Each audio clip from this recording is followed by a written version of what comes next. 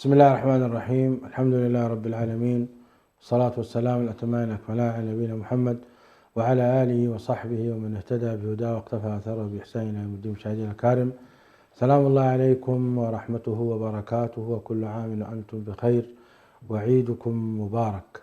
هذا هو اليوم الثامن من شهر شوال أو التاسع من شهر شوال لعام 1447، وكما وعدناكم في استمرار رغبة لطلباتكم في استمرار درس ذكر الحكيم الذي كنا قد بدأناه في شهر رمضان المبارك، نحن الآن نستمر فيه إن شاء الله عاما كاملا بإذن الله، ابتداء من هذا اليوم المبارك. سألنا الله تعالى أن يجعل أعمالنا وأعمالكم خالصة لوجهه الكريم، وأن يوفقنا لما يحبه ويرضاه، وأن يجعلنا من الذين يستمعون القول فيتبعون أحسنهم.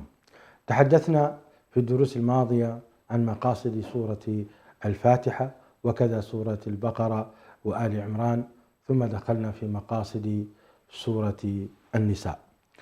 وهذه السورة تحدث فيها شيخنا الشيخ حسن سلمان على أنها سورة الضعفاء، وسميت بسورة النساء باعتبار أن من عناصر المجتمع عنصر مهم وهو ضعيف، عنصر النساء. فذكرت هذه السورة مجموعة من الضعفاء، منهم النساء واليتامى والمساكين وكذلك الضعاف من الشيوخ والكبار وغيرهم، وتحدثت عن حقوقهم بالتفصيل. تحدثنا في فاتحة الكتاب عن أهمية حق اليتيم وحق اليتامى، وكذلك تحدثت السورة عن ما يتعلق بالمواريث وأنه حق لهؤلاء الضعفاء، وتولى ربنا عز وجل تقسيم هذه المواريث. ثم أيضا مرت على فيما يتعلق بالمحرمات من النكاح، وذكرت مجموعة من المحرمات إلى الأمد وإلى الأبد، إلى أمد وإلى أبد، حدثنا عن هذا بالتفصيل.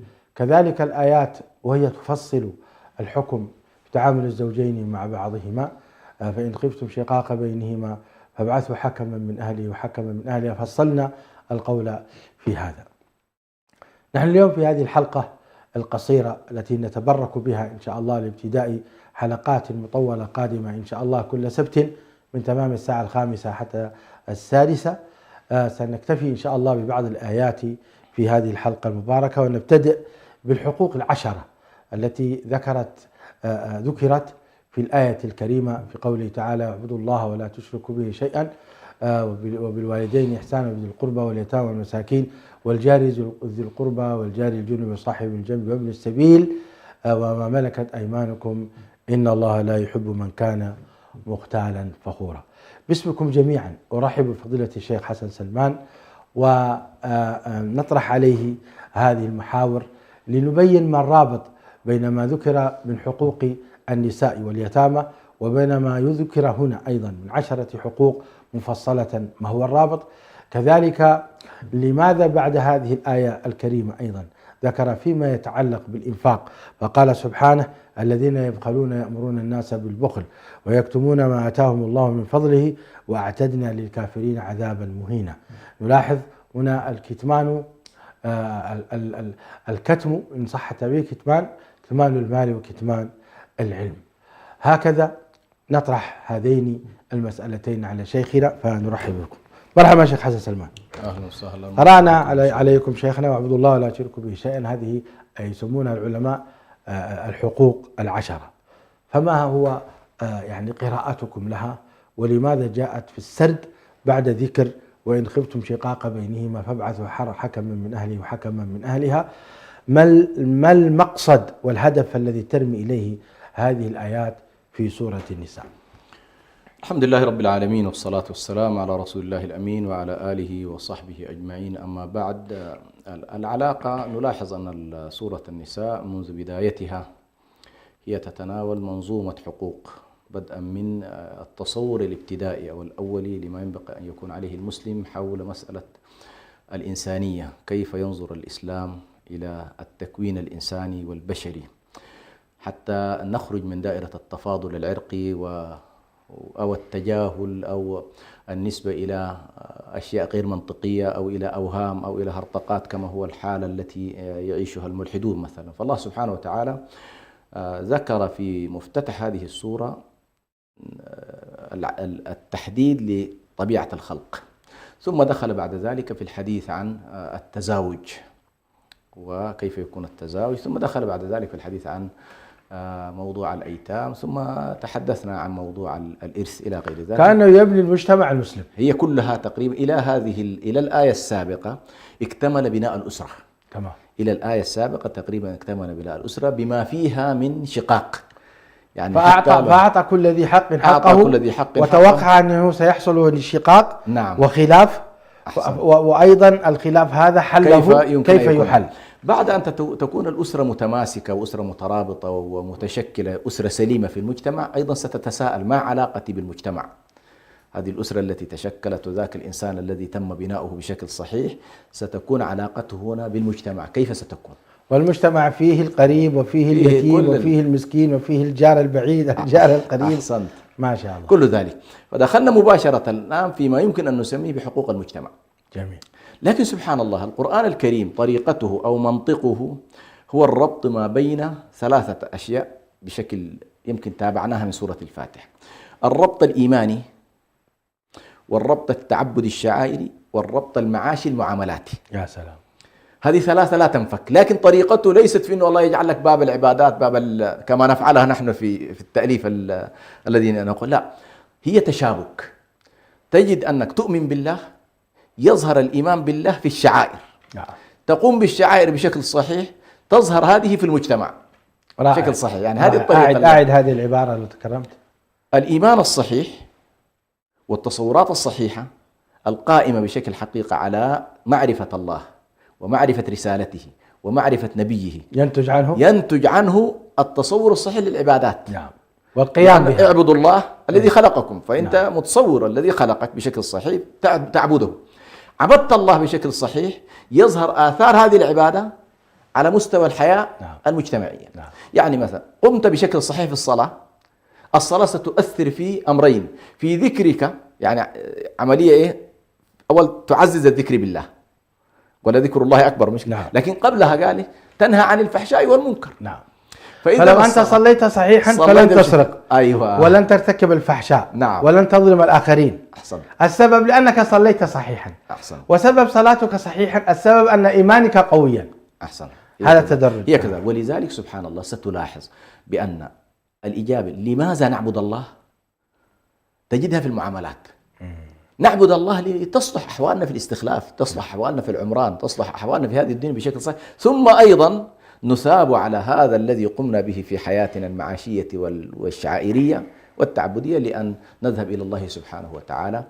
ولذلك الآية التي تكلمت عنها الآن: واعبدوا الله ولا تشركوا به، بدأت ابتداء بتحسين العلاقة مع الله، العقيدة الصحيحة، التوحيد الصحيح، الإيمان الصحيح، الارتباط الصحيح مع الله سبحانه وتعالى، القائم على ركنين أساسيين: عبادة الله وعدم الإشراك به. واعبدوا الله ولا تشركوا به. لاحظوا، لأن يمكن للإنسان أن يعبد الله. هذا حق الله على الله تعالى. حق الله تعالى: ألا لله الدين الخالص. فأنت تعبد الله سبحانه وتعالى، وفي نفس الوقت أيضا تعبده بلا إشراك. وهذا فيه رد على الذين يعبدون الأولياء والصالحين، وفيه رد على الذين يعبدون الملائكة ويعبدون. نعم. فيها رد على من لا يعبد الله، وفيه رد على من يعبد الله ويعبد غيره. يعني هذه كلها يا سلام. وبالتالي الذين لا يعبدون الله كالملاحدة فيه رد عليه. فيه رد عليه لأنهم خرجوا عن حكم الله في أنه أمرهم بعبادته وما عبدوا الله. فهما طائفتان: طائفة الكفرة الذين لا يعبدون الله، وطائفة المشركين الذين يعبدون الله ويعبدون غيره. فأهل التوحيد يعبدون الله ولكن لا يعبدون إلا إياه سبحانه وتعالى. هذه الجزئية الأولى. هذا الحق الأول. الحق الثاني، وهما طبعا يصنف أحيانا بحقين، ومنهم ما يعتبر حق واحد. الحق الأول عبادة الله، الحق الثاني ألا نشرك به. لكن إذا اعتبرناه هي 10، هذا حق الأول: واعبدوا الله ولا تشركوا به شيئا. واعبدوا الله ولا تشركوا به شيئا. باقي: وبالوالدين إحسانا. وبالوالدين إحسانا. عشان الحلقة اليوم تنتهي بهذا. إن شاء الله. وبالوالدين إحسانا، طبعا هذه هي سبحان الله أعظم الحقوق بعد حق الله تعالى وحق الوالدين، وإن كان كافرا. يعني كل البشر، لاحظ الآن علاقات البشرية كلها تبدأ بعلاقات الوالدين. يا سلام. وأول قيمة يمكن أن نقول بعد توحيد الله تبارك وتعالى بعث بها الأنبياء والرسل هي حق الوالدين. يعني لو افترضنا أنه والله آدم عليه السلام ونوح عليه السلام، ما هي القيمة الأساسية التي كانت بعد توحيد الله؟ هي علاقات الأبناء بالآباء. وقضى ربك ألا تعبدوا إلا إياه وبالوالدين إحسانا. هذا الحق ستلاحظ بأنه ورد في مجموعة آيات، ورد هنا معنا في سورة البقرة، وورد كذلك في الإسراء، وورد كذلك في الأحقاف، وورد في لقمان، وهكذا. ستلاحظ بأن موضوع الوالدين في العنكبوت أيضا، وهي تنظم كل حالة تضيف لنا شيء. سبحان الله. نعم. لكن في كل الأحوال حق الوالدين لا يسقط حتى مع الكفر. حتى يعني مع أنت وإن جاهداك على أن تشرك بما ليس لك به فلا تطعهما. أنت لا تطيعه في معصية الله، لكن حقوقه التي أمر الله طبعا الإحسان إليه، وأنه هو الذي كان سبب في وجودك بأي شيء، ولو كان كافرا، ولو كان كتابيا. وهذه رسالة لأهل الكتاب. نعم نعم. الذين يتهمون المسلمين أنهم يقطعون رؤوسهم، وهذا الكذب. هنا بنص الآية ولو كان كافرين كتابيين وجب علينا أن نحسن إليهما. نعم. لأن وبالوالدين إحسانا. والإحسان أي درجات يا شيخ حسن؟ أعلى درجات العلاقة، لأنه هنا عندنا المعروف وعندنا الإحسان. المعروف هو ما تعارف عليه الناس في حده الأدنى، والإحسان هو أعلى درجات العلاقة التي يمكن أن يقوم بها الإنسان. فإذا كان الإحسان في العلاقة مع الله هي أن نعبده ولا نشرك به شيء، ولكن أن نعبده كأننا نراه، أن تعبد الله كأنك تراه فإن لم تكن تراه فإنه يراك. هذا قمة. فعندنا المستويات الثلاثة التي دائما أنا أركز عليها، مستوى تقوى الإسلام وتقوى الإيمان وتقوى الإحسان. نفس الطريقة العلاقات مع الوالدين تقوم في العلاقات العادية جدا التي لا يجوز بأي شكل من الأشكال أن تكون دونها، وهذه اللي هو علاقات عرفية إلى حد كبير، لكن العلاقات مع الوالدين هي علاقات إحسان وليست علاقات. الحق الثالث وبذي القربى، كأنه يقول بذي القربى أيضا إحسانا. بذي القربى إحسانا. من هم ذوي القربى يا شيخ حسن؟ نعم. أولا هنا في موضوع ذوي القربى، لاحظ الآن الوالدان هما من ذوي القربى، لكن أفردهم الله لخصوصيتهم. فخصوصيتهما ليست رحمية فقط، ولكن أيضا هي خصوصية نسبية، وما سبب الوجود. الباقي قد يكونون فروعا، قد يكونون أصولا، وقد يكونوا حواشي. جميل. فعندك الأصول هو الوالدان، نعم، وإن علوا اللي هم، والفروع هم الأبناء وإن نزلوا. وعندك الحواشي كالأعمام والعمات والأخوال والخالات، هؤلاء وأبناءهم، هؤلاء كلهم يدخلون معك في دائرة ذوي القربى. ابن خالتي، ابن عمتي، ابن عمي، ابن خالي. نعم. ابن ولد أخوي، ابن ولد كذا. نعم. يتفاوت بعد ذلك في درجات. هؤلاء أيضا نتعامل معهم بالإحسان. تعامل معهم بالإحسان. أي نعم. وهو طبعا هنا الإحسان بالكلمة، الإحسان بالتواصل، الإحسان أن تكف أذاك عنهم، الإحسان بالتواصل معهم، الإحسان بالسؤال عنهم، كل ذلك. الإحسان بالمال بأن تعطيهم من أموال الزكاة إن لم يكن من الذين يجب عليك الإنفاق تجاههم، كل ذلك يدخل معنا في دوائر الإحسان. واليتامى. نعم. قلنا وبذي القربى واليتامى والمساكين. لكن الآن اليتامى نعم قد يكونوا من ذوي القربى، نعم، وقد يكونوا غير ذوي القربى، يكونوا بعداء. نعم. لكن اليتامى المقصود بهم هنا أيتام أبناء المسلمين، أو يدخل فيهم أيتام أهل الكتاب. وعلى كلنا الوصف، وصف اليتم هو في ذاته قائم بحاله. يعني كل شخص ضعيف ليس له من يعوله وفقد، يعني لا يستطيع بنفسه أن يقوم باحتياجاته، يدخل معنا في وصف اليتم. لكن يبقى بعد ذلك أشياء فقهية فرعية في أنه والله يتامى غير المسلمين يدخلون في الزكاة أو لا يدخلون في الزكاة. لكن هنا الآية عامة، يعني أنت هنا تتكلم عن الإحسان العام، لا نتحدث عن الإحسان الخاص، الإحسان العام الموجود في المجتمع المسلم. المجتمع المسلم، يعني داخل المجتمع المسلم لا يحق لنا أن نترك مجموعة من الأيتام بحجة أنهم إيه؟ غير مسلمين. يعني يلزم رعايتهم والاهتمام بهم والعناية بهم والإحسان إليهم، لأنك أنت مأمور بالإحسان إلى البهائم، دعك من بني آدم والبشر. الله فما بالك بني آدم من أهل الكتاب. نعم. الله. والمساكين. نعم. المساكين الفرق بينه وبين الأيتام يستطيعون على الأقل أن يعبروا عن حاجتهم. اليتيم قد لا يستطيع التعبير، هو يشترك معه في العدم، كلاهما ليس له ما يكفيه أو ما يستغني به، لكن اليتيم لا قدرته على الحركة أحيانا، والمسكين له القدرة على. أنا أشوف أن الفقراء سقطوا، أين هم الآن؟ هم غالبا في مثل هذه الأحوال داخلين في من باب الأولى. فإذا كان ذكر الله المساكين، المسكين أيوة. أحسن حالا من الفقير. نعم فمن باب الأولى يدخل في الفقير. نعم. نعم يدخل في المسكين. تمام. نعم. الجار ذي القربى. نعم. الجار ذي القربى، هنا نلاحظ الجيران دائما إما أن يكون جار قريب لك رحميا حيث الرحم، وإما أن لا يكون من الأقرباء. نعم. فأنت هنا الجار ذي القربى والجار الجنوب. نعم. لاحظ كلاهما مطالب به، لكن الجار القريب له أكثر من حق، له حق القرابة وله حق الجوار. والجار الأجنبي إن صح وإذا كان مسلما فله حق الإسلام. الله. أي نعم. هذا دين عظيم. لا أي دين يذكر. لاحظ هنا الآن سبحان الله الأوصاف. لاحظ هنا يتعامل مع الجار كوصف. نعم. من حيث هو جار، بغض النظر هو مسلم غير مسلم، ومن كتابي. نعم. أي صحيح تتضاعف الحقوق كلما زادت سمة من السمات أو خاصية من الخاصيات. نعم. فالجار المسلم والقريب له 3 حقوق: حق الإسلام وحق القربة وحق الجوار. جميل. الجار الكافر له حق إيه؟ حق الجوار. نعم. قد لا يكون قريب. الجار القريب ولكنه كافر له أيضا إيه؟ حق القرابة وله حق الجوار، وهكذا. يا سلام. نعم. يا سلام. دين عظيم. والجار الجنب والصاحب بالجنب. نعم. من المقصود الصاحب بالجنب؟ على كل هنا ستلاحظ المفسرين طبعا، لكن خلينا نقول كل من صاحبك في حياتك، سواء كان موظفا، ومنهم من قال زوجة فهي مصاحبة أيضا، ومن كان معك طالبا في الجامعة أو رفيقا في سفر، له حق. هؤلاء كلهم ينطبق فيهم وصف الصاحب بالجنب. الله. الذي هو مصاحب لك، قد تكون فتراته غالبا طويلة وليست منقطعة. حتى هذا ما نساه الله. لا، الله لا ينسى، وما كان ربك نسيا. لاحظ هذه الاشياء. قد يكون يصحبك احيانا 5 دقائق. أيوة. زميلك في الطائرة. أيه. صاحبه بالجنب، هذه كلها تدخل معنا على كل في هذا الوصف. أنت محتاج إلى أن تراعي هذه العلاقة. فله حق أن تتعامل معه بالإحسان. تتعامل معه بالإحسان. نعم.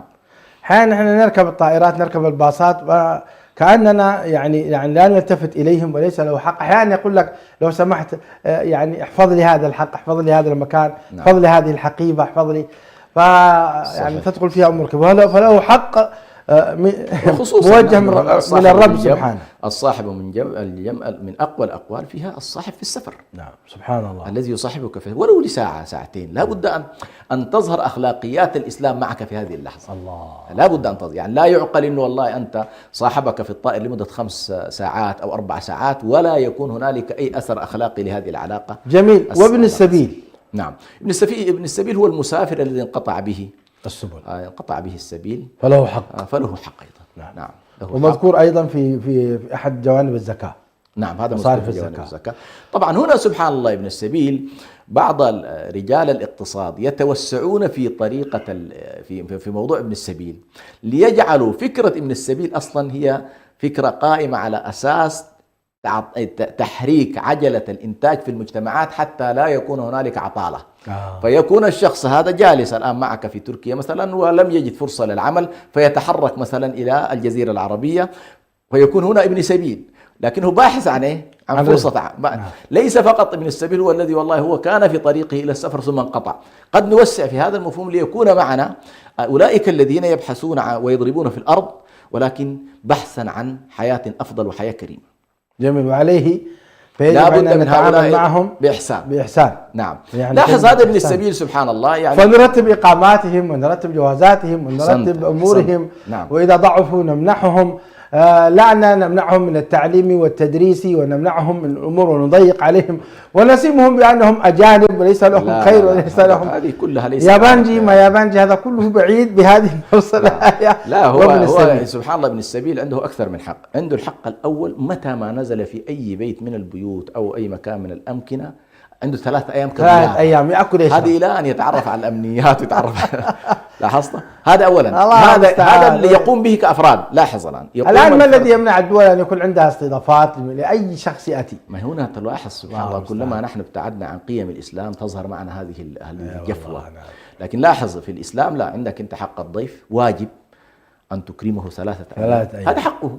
ثم بعد ذلك يذهب إلى البحث عن مواقع، سواء كانت فرص عمل أو كان ديوان الزكاة، حتى يقول لهم إنه والله أنا. طيب شيخ حسن، انتهى بنا الوقت. نعم. هذه الآية الكريمة ختمت بشيء غريب. نعم.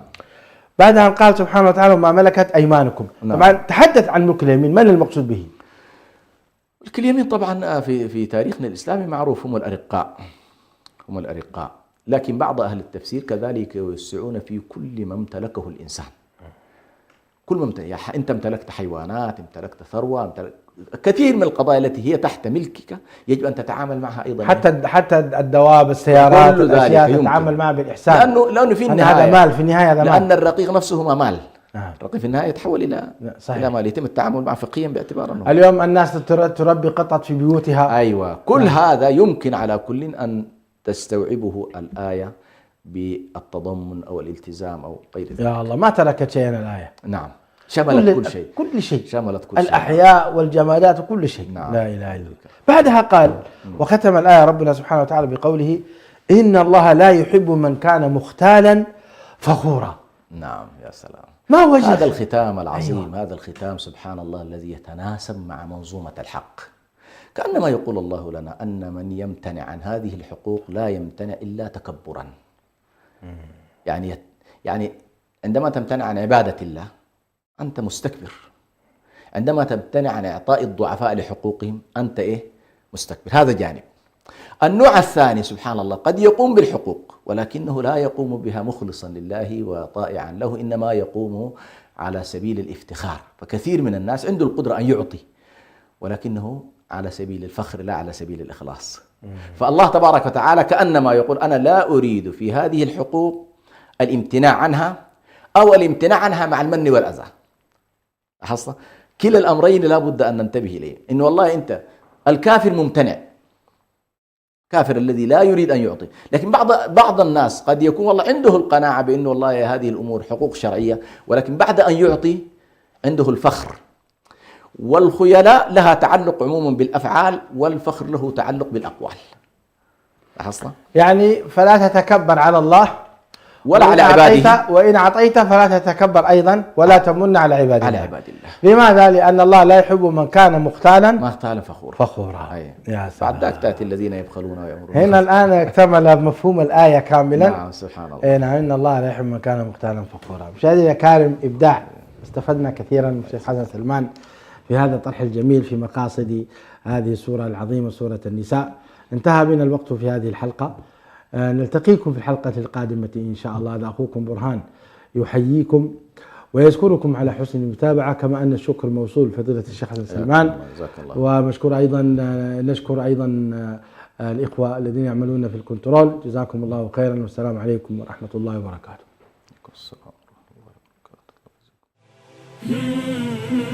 اقرأ بسم الله الأكرم واسمع خير كلام وافهم، من يسعى للمجد تعلم، صناع المجد العلماء. اقرأ بسم الله